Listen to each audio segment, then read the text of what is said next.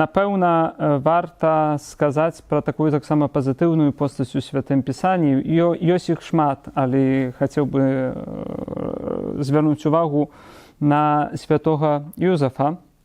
Пра святога Юзафа шмат яго слоў, ці штосьці, што ён гаворыць, чи што ён навуку якуюсь дае, як жыць, то, на жаль, мы не маем у Святым Пісанні.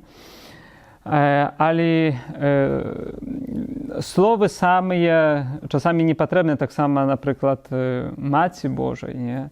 Мы не маем слоў Маці Божай, такіх, што Маці Божая выклады якісь таксама робіць. Але узглядваючы на жыццё, мы вучымся, бо больш учынкі яны больш прамаўляюць, чым самыя словы. І таму, узглядваючы на жыццё святога Юзафа, мы можам убачыць, што ён быў вельмі чалавекам правым. І ведаеце, у нашай сучаснасці, калі мы гаворым, хто такі чалавек правы, правы перад Богам. Чалавек, які, па-перша, слухае Бога, які шануе Бога, і які мае сапраўды ў сваім жыцці, прынимае Бога за вялікі аўтарытэт і служыць Богу. І таму, у першую чаргу, ён не баіцца, што падумаюць пра яго другія людзі, што скажуць пра яго другія людзі, чи ён будзе аўтарытатыўны для другіх людзей, якімсь аўтарытэтам, чи ён будзе кімсь значным у вачах людзей, бо ў першую чаргу правы чалавек перад Богам, ён узглядвае на Бога, і яго адноснік з'яўляецца Бог. І таму, калі мы ўзглянем на святога Юзафа, ён вялікую роль адыграў у святой сям'і і прыйсці Езуса Хрыста на зямлю.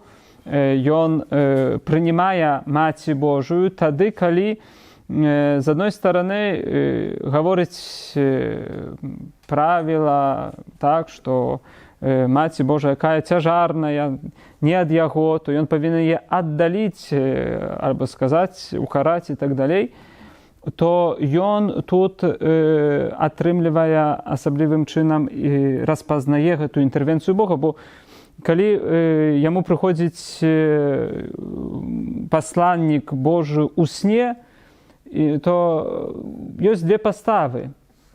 Хтосьці можа сказаць, ёсць правила, по яким я живу, и тут ко мне что-то приснилось. Ну, и теперь, что важнее? Чи то, что мне приснилось, может, я сам выдумал, может, мне это не приснилось, чи то, что сапраўды записано у законе. И тут распознание воли Божией, тут праведный человек – это той, который распознае волю Бога. Што сапраўды праўдзіва Бог, які знак мне сёння дае. І таму святы Юзаф, трываючы пры Богу, ён распазнае. І калі ён распазнаў, пераканаўся ў гэтым, ён не вагаецца, ён не баіцца, што яго канкрэтны чын, як ён будзе потым адграваць якую роль сярод яго асяроддзя, сярод яго найбліжшых, што будуць гаварыць, якія плёткі будуць паўставаць, што могуць яму сказаць, што ён неправедны і ён не Божы. Бо ёсць правіла, і людзі па гэтых правілах жылі, прынималі іх як правіла Божыя. І тут Бог паказвае яму штосьці другое, і ён не сумняваецца. Ён не баіцца асуджэння людзей, бо ён ідзе за Богам. І нават асуджэнне, паглядзіце, якое асуджэнне, што ён неверны Богу, маглі людзі гаварыць. Бо ён не паслухаў наказаў Божых. І ён гэтага не баіцца. Нават у вачах людзей быць кімсь дзіўным і ненабажным. Бо ён разумее, што гэта воля Божая. Ён перакананы ў гэтым, што ён спаўняе волю Божую. І сапраўды ў нашым жыцці, каб мы заўсёды таксама гэта разумелі, як мы хочам быць праведнымі перад Богам, то мы павінныя про то, что мы говорили, становиться перед обличчям Бога, але передусім распазнаваць гэтую волю Божу, якая датычыць толькі вас, мяне. Бо святы Юзеф не распавядаў ні ўсім, не аб'ясняўся, перадусім не адкрываў план Божы, што зараз тут сын Божы народзіцца і так далее, што дзіця Божае прыйдзе на свет. Гэтая інфармацыя была для яго. Для яго. І ён не апраўдаваў, бо ён мог бы апраўдаваць свае дзействия і так далее. Не? Ён не апраўдаваецца. Ён упэўнены, і тут ёсць гэты мужскі хрыбет, такі можна, не? Плечы мужскія. Што мужчына выстаіць і крытыку, выстаіць і зневажэнне, выстаіць часамі якуюсьці і хлусню пра яго, не? Што не падасца, што ён з'яўляецца знакам стабільнасці, унутранай сваёй стабільнасці і стабільнасці сваіх адносінаў з Богам. І таму потым, узглядваючы святога Юзефа, Маці Божу, яго вялікую адказнасць за давереную Богам яму Марыю і Сынам Божым, нараджэнне Езуса Хрыста.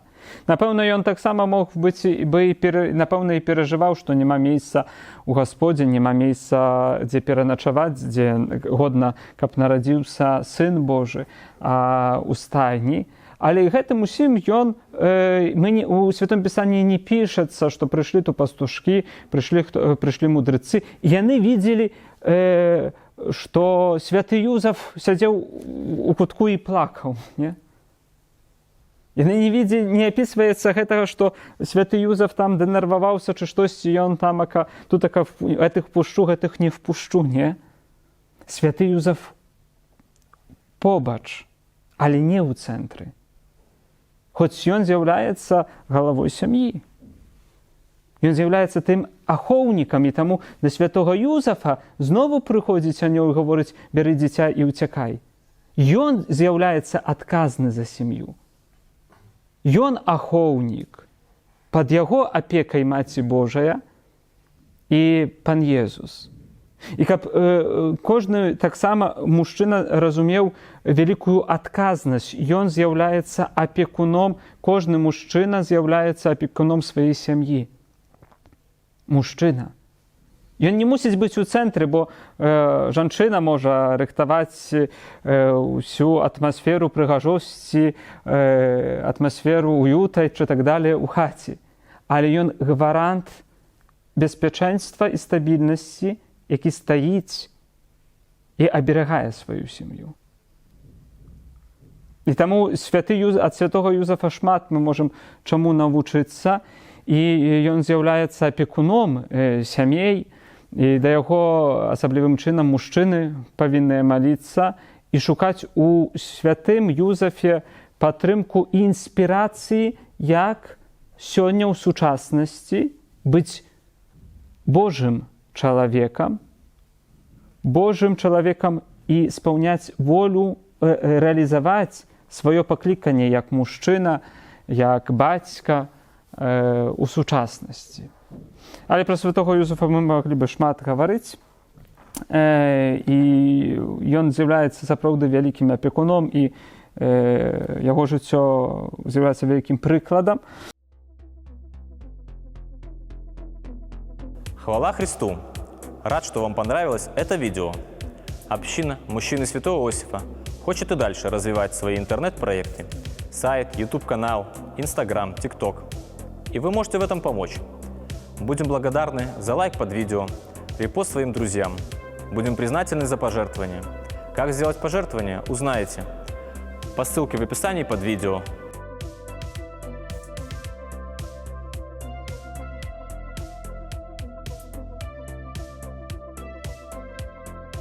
Во вкладке о канале, а также отсканировав QR-код. Также можно воспользоваться функцией спонсорства от YouTube. Ваши замечания, идеи и предложения пишите в комментариях. Подписывайтесь на канал, чтобы не пропустить новые выпуски. Спасибо за молитву и помощь. С Богом!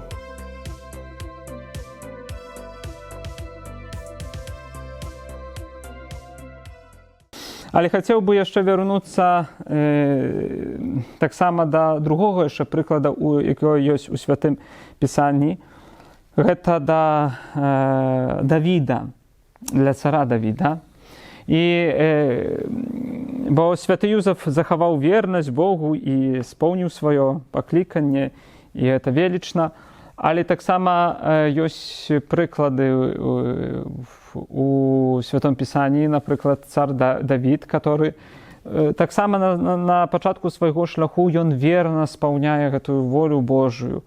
Ён будуе сваё жыццё ў еднасці з Богам. Ён не баіцца выпрабаванняў. Ён ідзе, і калі трэба, то ён пачынае ваяваць ці бароцца з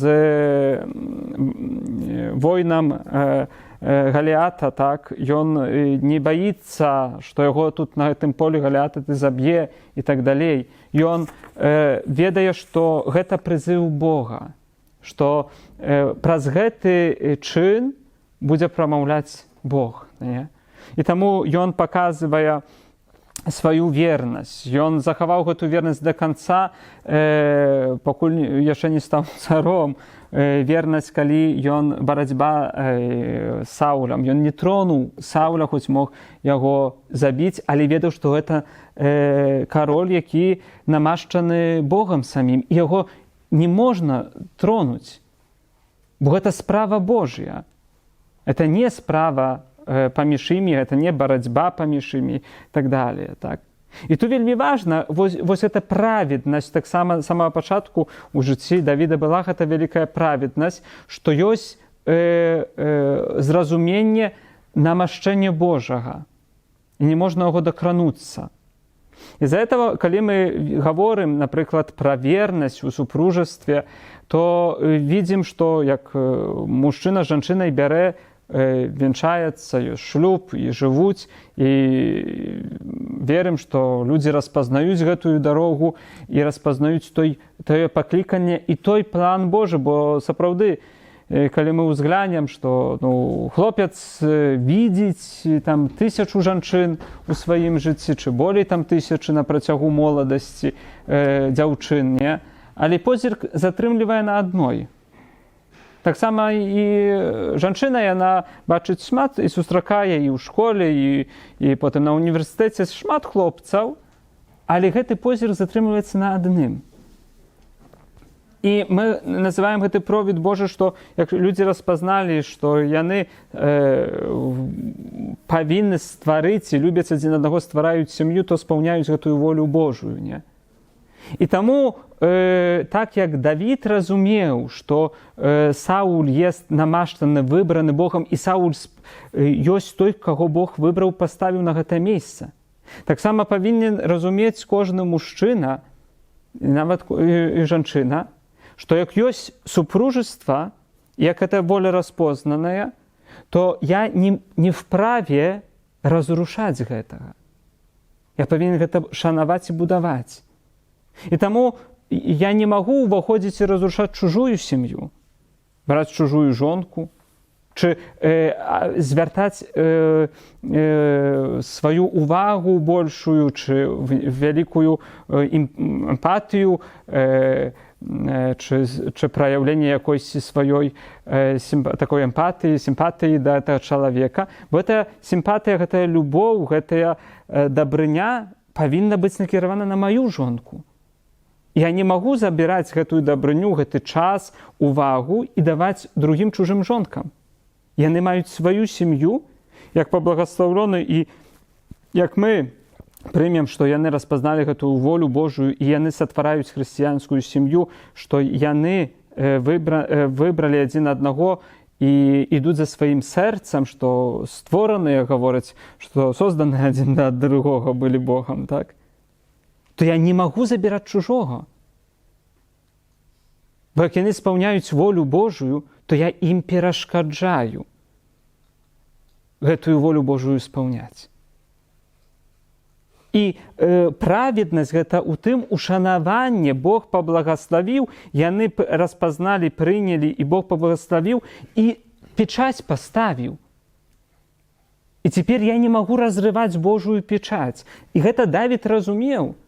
Калі, узгадваючы, і меў магчымасць забіць Сауля, ён не падняў руку, бо Бог выбраў, не я. Я не магу стаць вышэй Бога. Я не магу папраўляць Бога. Я не магу змяняць тое, што Бог пастанавіў. Не я аўтар. Не я стваральнік. І таму сям'я – гэта тое, которое запечатавана шлюбам, з'яўляецца той печаццю Божай, што я не маю улады ані разбурыць, ані зламаць гэту печаць. Сваю сям'ю я павінен пільнаваць і сатвараць кожны дзень. Клапаціцца пра яе, але не разбіваць гэтую печаць. І што адбываецца? Калі мы ўзгадваем на гісторыю Давіда, можна было б сапраўды шмат гаварыць пра Давіда, бо ён зрабіў вялікія рэчы, гэта вялікі цар і так далей, і для культа, і для рэлігійнасці, для набажнасці. Ён сам быў набажны, ён да Єрусалиму арку Прымежа скіраваў і увёў да Єрусалима, перанёс арку Прымежа. Ён запраектаваў таксама будову велічнай святыні. Ён аднавіў гэты культ, можна так сказаць, быў ініцыятарам культа таксама Яхве. Але што адбываецца? Ён быў таксама вялікім экспертам ад воен. Ён заваёваў таксама землі, меў добрых памочнікаў гэтых, воінаў добрых. І што адбываецца? Замест таго, каб ісці на вайну разам са сваімі людзьмі, са сваімі подданымі, ён астаецца на месцу. І што тут адбываецца? Калі ён не спаўняе сваёй ролі як кароль са сваім народам, ён прахаджваецца, тут зараз вам прачытаю, праз год у той час, калі выходзяць цары ў паходы, Давід паслаў Йова і слуг сваіх з ім і ўсіх ізраільцянаў. І яны разбілі аманіцянаў і аблажылі Раву, а Давід заставаўся ў Єрусаліме. Праз год у той час, калі выходзяць цары ў паходы. Гэта абавязак цара. Ён выслаў. І ўсё зрабіла войска за яго. Добра зрабіла, не? Бо паслаў Йова і сваіх слугаў, яны разбілі аманіцянаў і аблажылі Раву. Выдаецца, Давід нічога кепскага не зрабіў. Ён не пайшоў, але паслаў дастойных сваіх воінаў, замену дастойную. І што адбываецца? Давід у Єрусаліме. Ён не ў паходзе, ён не спаўняе сваю роль. Аднаго разу пад вечар Давід, устаўшы з пасцелі, прагульваўся на даху царскага дома і ўбачыў з даху жанчыну, якая купалася, а тая жанчына была вельмі прыгожая. І паслаў Давід разведаць, хто гэтая дзяўчына. І сказалі яму, гэта Версавія, дачка Эліяма, жонка Урыі Хетыяніна. Давід паслаў слуг узяць яе, і яна прыйшла да яго, і ён спаў з ёю. А калі яна ачысцілася ад нячыстасці сваёй, вярнулася ў дом свой. Жанчына гэтая зацяжарыла і паслала абвясціць пра гэта Давіду, кажучы, я цяжарная. І паслаў Давід сказаць Йову, прышлі да мяне Урыю Хетыяніна, і паслаў Урыю да Давіда.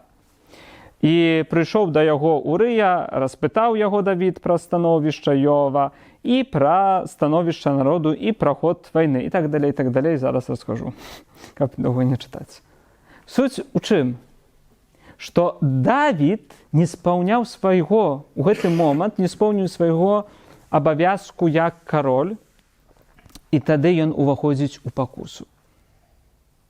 Тады ён прахаджваецца, не можа спаць, не мае што рабіць, думае, можа, пра вайну, чы, можа, думае, звесткі ўжо прыйшлі, што там пабеда і так далее. І ён, не спаўняючы сваіх абавязкаў, пачынае уваходзіць у спакусу. І сустракае гэтую жанчыну, Версавію, якая уваходзіць з ім у стасунак і заграшыла. І ў чым праблема? Каб Давід спаўняў сваё абяцанне і абавязкі свае як кароль, ён бы не саграшыў. А з-за таго, што ён не споўніў свае абавязкі, якія ён узяў на сябе як кароль, ён мае шмат часу, не мае што рабіць, і ўваходзіць у пакусу і саграшыў. І таксама ў нашым жыцці. Калі мы спаўняем свае абавязкі, як мужчына чи муж і так далее, то мы сапраўды абмяжоўваем да нас пакусы, каб яны прыходзілі да нас, не падпускаем гэтых пакус да сябе. Але толькі калі мы перастаем быць адказнымі за тую роль, якую мы прынялі як мужчыны, як муж, напрыклад, як жонкі прынимаюць, то ад гэтага моманту ўваходзяць пакусы ў нашае жыццё. І мала таго, пакуса адна, грэх адзін, ён заўсёды зацягвае другі грэх. І другім грэхом ёсць гэты з самага пачатку Давіда, што Давід хацеў падманам вырашыць гэтую сітуацыю, бо ён узяў Урыя, запрасіў і хацеў, каб Урыя пайшоў начаваць да сваёй жонкі. Але Урыя быў ханаровы, ён быў дастойным воінам. Ён сказаў Давіду: не, мае сябры, з которыми я воеваў, яны там на полі боя. Я не пайду цешыцца сваёй жонкай. Я буду салідарны. І тут салідарнасць, адказнасць, за што мы маем, каб мы умелі быць салідарныя адзін з другім. Каб гэтыя абавязкі, якія мы прынимаем на сябе і ў розных чы супольнасцях, чы нават супольнасці мужчын, якая ёсць святога Юзафа, так? Каб мы былі салідарныя. Каб мы прынималі, бо ў гэтай салідарнасці мы таксама можам абараніцца перад пакусай. І Давід што? Пробуе свайго добрага воіна, адказнага, які служыў, які ахвяраваў яму сваё жыццё. Добрага воіна падманам абмануць, каб гэты грэх схаваць, і што ён узяў і пераспаў з жонкай Урыяй. Але Урыя не паддаецца. І тады што Давід робіць? Давід піша ліст да начальніка военнага, адказнага за расстаўленне войск.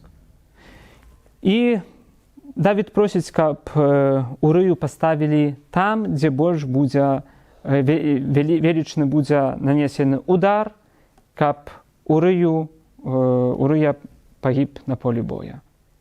І Урыя, не ведаючы, ганаровы, не ведаючы, не адкрывае лісту, ён даручае прысуд на сваю смерць ад Давіда, которому служыў, у рукі для начальніка, і начальнік ставіць яго на гэтае месца, дзе самае небяспечнае, і ён у баі памірае.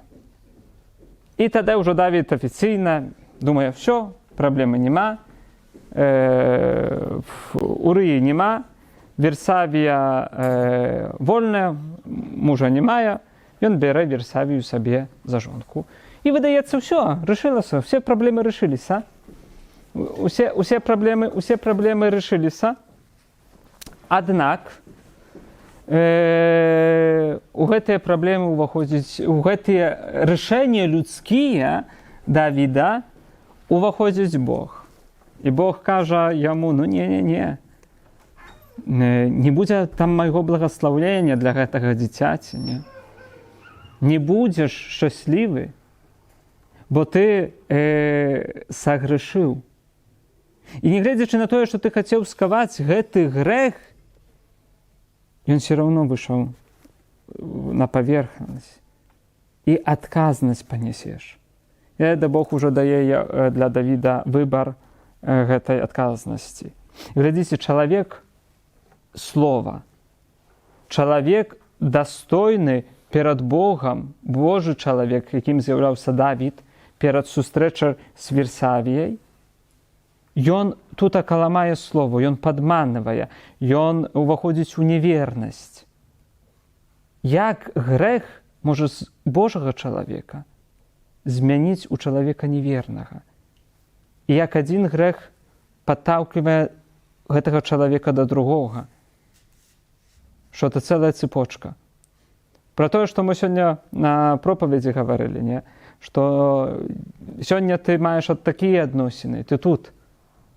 Але у Святым Пісанні то гаворыцца, як стаіш, то глядзі, уважна, бо упадзеш, не? Уважай. І таму, каб мы у нашым жыцці разумелі, заўсёды трэба быць чуйным, адказным над сваёю душою і над сапраўды той адказнасцю і ролю, якую вы прынимаеце. Чи то ў сям'і, чи то ў другіх справах, тую адказнасць, якую вы бярэце на сябе. Бо ад гэтай адказнасці кожны з нас будзе здаваць рахубу Богу. Чи споўніць. А калі чалавек не прынимае, не выконвае гэтую адказнасць і абавязкі, то тады пачынаюць уваходзіць пакусы. І чалавек сам сабе вінны. Гэта не то, што Бог не сохраніў. Гэта не для таго, што Бог не ўзяў, не кінуў там камнем Давіду ў галаву. Што ты робіш, не? Это не Бог, але чалавек сам вырашае, чи уваходзіць у спакусы, чи уваходзіць у тую невернасць Богу. Бо пры Богу кожны з нас бяспечны. Пры Богу кожны з нас споўніць сваё пакліканне, пры Богу кожны з нас споўніць замысл Божы і дойдзе да святасці. Гэта мы без Бога пагубімся. І таму, каб мы спаўнялі гэтую волю Божую,